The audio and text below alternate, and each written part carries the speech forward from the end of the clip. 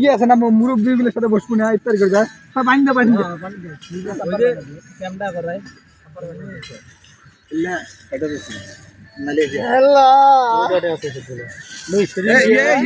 পানি বোতল বের কর বসে জনজন একটা গ্রুপ পড়ো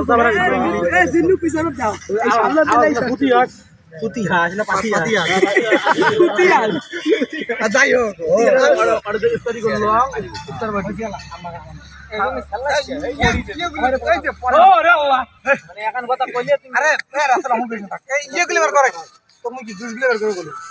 সবকিছু